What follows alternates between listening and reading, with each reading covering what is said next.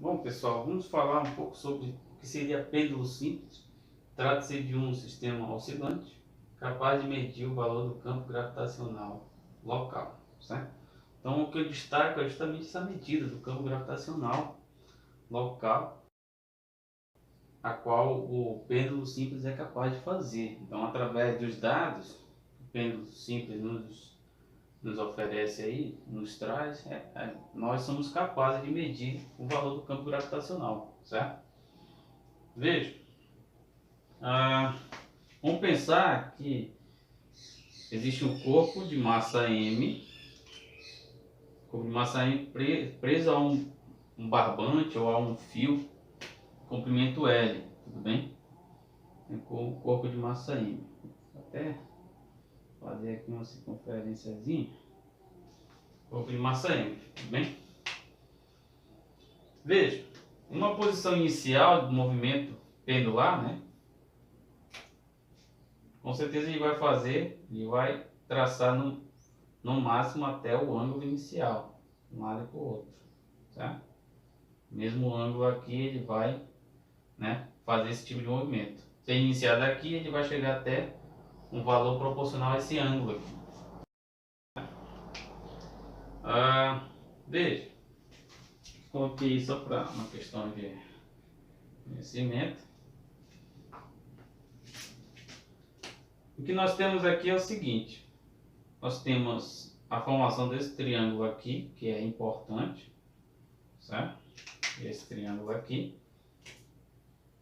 E a gente vai fazer algumas relações trigonométricas. A gente vai utilizar a trigonometria para estabelecer o valor de posição no corpo de massa M à medida que esse movimento, né? Movimento de vai e vem, movimento oscilante, certo? Primeiro vamos pensar na questão da posição. Veja, à medida que o corpo vai oscilando, certo?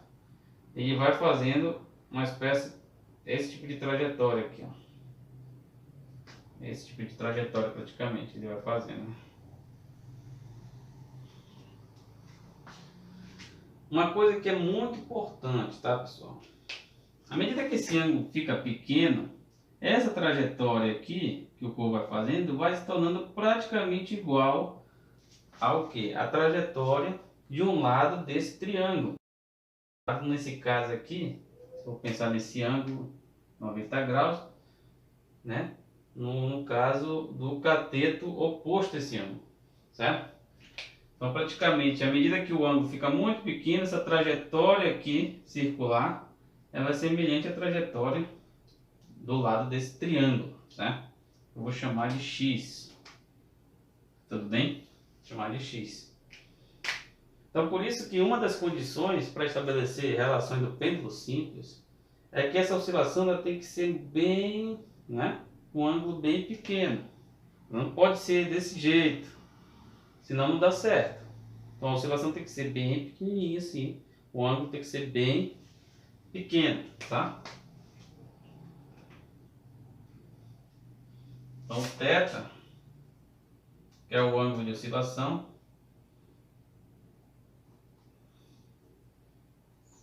tem que ser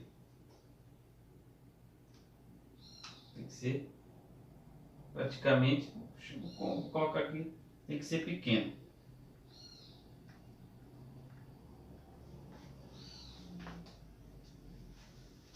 Eu até mesmo vou estimar o valor, né? Tem que ser abaixo de 5 graus. Abaixo de 5 graus. No caso aqui, esse é o ângulo de oscilação, tá? Oscilação. Certo? Então tem que ser bem pequeno mesmo a oscilação para isso dar certo. Aí a gente tem algumas condições. Quando a gente amarra essa condição, a gente estabelece outras relações que são muito importantes. Primeiro, analisar a questão na questão em metros, né? Vamos analisar metricamente esse triângulo aqui, né? No caso, o tamanho de comprimento, né? Fazer uma análise de comprimento, certo? Então aqui eu tenho x, que é a posição, que é a distância. Aqui eu tenho o tamanho do meu barbante, do meu fio que está deixando suspenso o corpo de massa M, certo? Veja, essa relação de triângulo nós temos o quê? Que o seno de θ é igual a quê? Cateto oposto sobre hipotenusa. É o valor de x sobre o comprimento do barbante. Tudo bem? Tranquilo, vamos guardar essa relação. Tá? Guardar essa relação. Agora eu vou fazer uma análise de força, né? Vamos pensar, olha, para baixo eu tenho o quê? Eu tenho uma força peso, que é devido à massa do corpo. Tudo bem?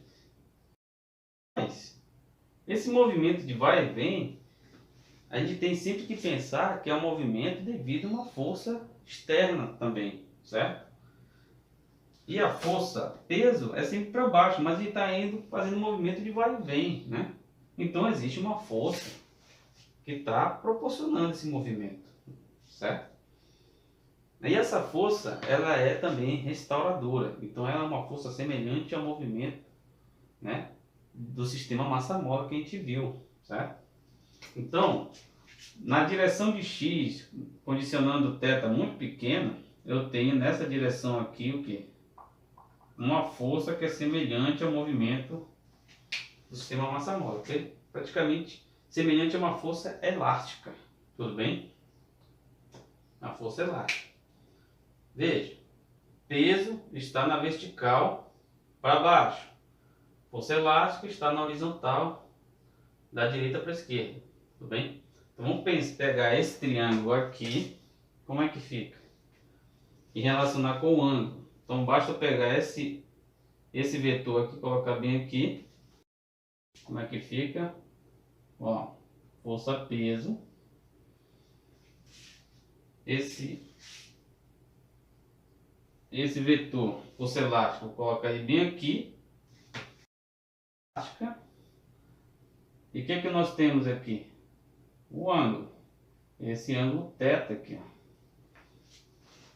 Esse ângulo θ está, né, perfeitamente bem localizado. Só projetar, né? Pega a força peso, coloca aqui.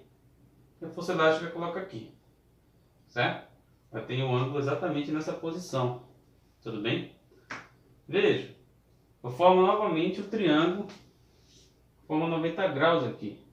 Mas nessa situação, eu vou relacionar o que? Com a tangente do ângulo. A tangente de θ é cateto oposto, que é essa força elástica, sobre cateto adjacente, que é a força peso, certo? Tudo bem? O que nós temos aqui? Uma relação importante. Eu vou até trabalhar logo a questão da força elástica, tá? Vou trabalhar logo isso. Ó. Algumas interpretações, a gente já pode admitir o quê? Que a força elástica é semelhante à força. Na verdade, que essa força aqui, de movimento do pêndulo, é semelhante à força elástica, né? Eu vou chamar de K vezes X, certo?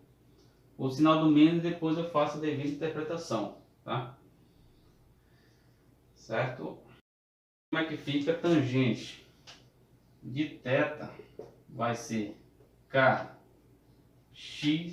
sobre o peso, que é massa vezes gravidade. A massa do corpo vezes a gravidade, né? A gravidade local, né?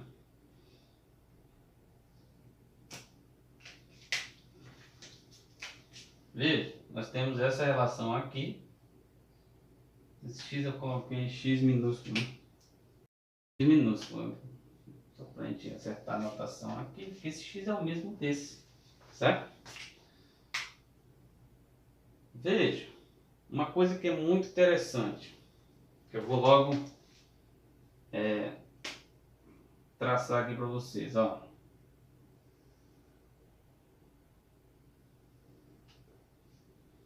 Vou fazer uma circunferência no caso esse aqui é o círculo trigonométrico, para a gente analisar os eixos do seno e da tangente, certo? O círculo trigonométrico, aqui na vertical nós temos o eixo do seno, tudo bem? Eixo do seno. Na horizontal nós temos o eixo do cosseno. E paralelo ao eixo do seno nós temos a tangente, tá, pessoal? Opa, não é nem aqui. É tangente ao círculo, né? Aqui, ó, tangente. Certo? Temos o eixo da tangente aqui. Tudo bem? Veja, uma coisa que é muito interessante. Quando o ângulo... vou fazer aqui. Quando o ângulo ele é pequeno, aqui o ângulo θ. Certo? O ângulo θ é justamente esse ângulo aqui, pode ser esse ângulo, né, dentro de uma interpretação. Eu sempre projeto da origem até a borda da circunferência, e da borda da circunferência eu projeto nos eixos, certo? Veja, eu vou projetar para esse ângulo, o ângulo no eixo seno, eu tenho esse valor bem aqui, certo? Se eu projetar no eixo da tangente, eu sigo direto, então eu vou ter um valor bem aqui. Veja, esses valores são quase semelhantes, ó, para um ângulo θ muito pequeno, tudo bem? Mas à medida que ele vai aumentando, vou pensar um valor mais aqui em cima. À medida que ele vai aumentando, certo? Se eu projetar aqui, eu tenho esse valor seno. E no caso da tangente eu vou ter, ó, certo?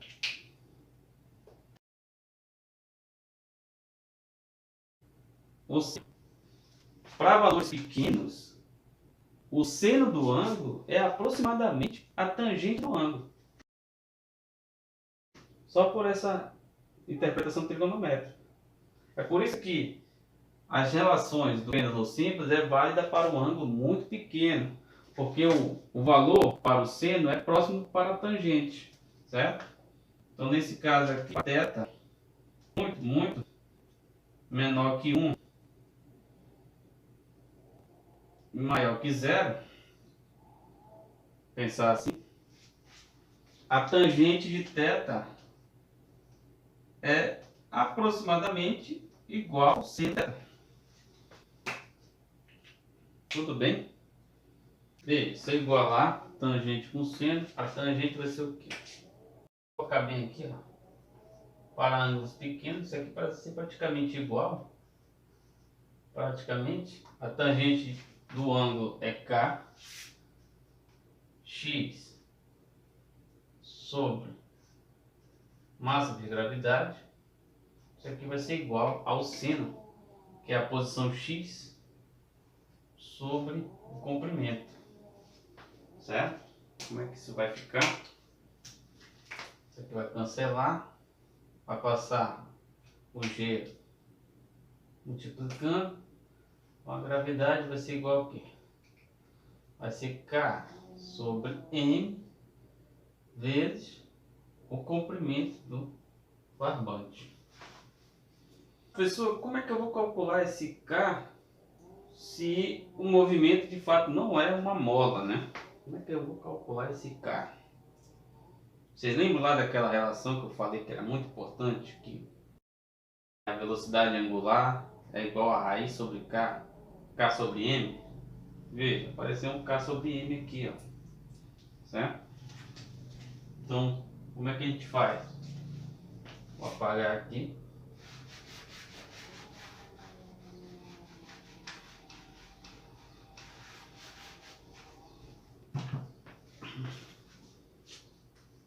Ó, como? Deixa eu ver se tá. Como ômega é raiz de K sobre M, temos IG K sobre M é ômega ao quadrado, né? Então vai ficar ômega ao quadrado vezes L. Eu vou logo substituindo aqui, ó. Quem é ômega? Lembra lá dessa expressão? É 2π vezes a frequência. Certo? Que é 2π sobre período, que é a inversa da frequência. Ao quadrado vezes o comprimento. Olha só que interessante. Pronto. Por mais que eu pense que existe, vamos pensar que é um movimento, né, oscilante semelhante a um homem, né? Mas como de fato é um movimento através de uma corda, quem vai ser a constante elástica? Você não sabe. Mas a gente pode fazer uma interpretação para o movimento, uma suposta velocidade angular desse movimento. E aí nós temos a representação do valor do campo gravitacional, que depende somente de quem? Do comprimento da corda, certo? Do pêndulo e da frequência do pêndulo. A gente pode pensar, por exemplo, em 10 oscilações. 1, 2, 3, 4, 5, 6, 7, 8, 9, 10. Quanto foi o tempo? X. Opa, 10 oscilações sobre X, isso me dá a frequência. Certo? Aí, quanto é que mede o barbante? Pensar aí, meio centímetro, não. Pensar em meio metro, né? Meio metro, barbante. Aí você calcula o valor do campo gravitacional ou da gravidade local da onde você está medindo.